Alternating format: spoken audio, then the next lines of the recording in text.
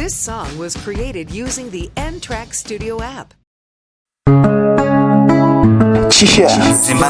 King Gomado aka Lina T. Chisha pasha to the fullest. Listen. Shasha aiperi se chikafu chepa na mo ngoma ndino imba inikwita sama fumo utintipere hunge watima ni demo kana kubaya kifuwa changu inikane fumo apera kunge chikafu pa lockdown apa Mariana apa zvino zvese zviri down Lina ajina kana imwe plan dotimsawari Gomado kuimbira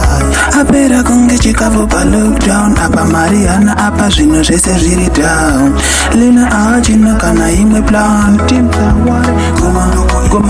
Goma ndino manya nini kunge board kunyarira kwanda ita chete panga paine fort ndakazvigadzirisa zvino ndazouya hot nengoma dzinonaka kunge nyama ine salt yave chakalaka neflavor inonaka ngoma tinorova senge muna paramaka vakazimanya ngoma inini zvangu ndakachila by the end ndaona vave kuimba madhaka vakoda mashoko mnondo anobaya kunge chaka kaita zvekutamba fana vanhu kuataka vave busy kundichera sezvinonzi ndine god manjera kupinda green kuno iredi robot ndikati ho makas ndikambozorora but mjeni ngoma ndaigara ndichinyora vatanga futi kutaura vachishora podza tikadai nekudai shuwa tingamuorora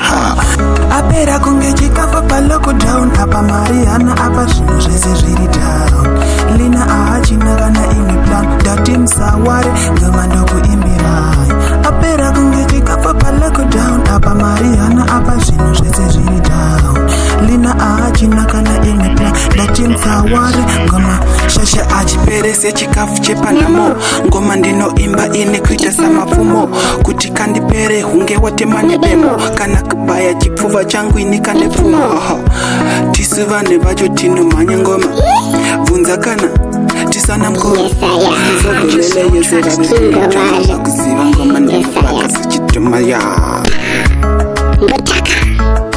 twabamu takuti twabamu kusubida msukubudu msukwebede big up Gomado Entertainment.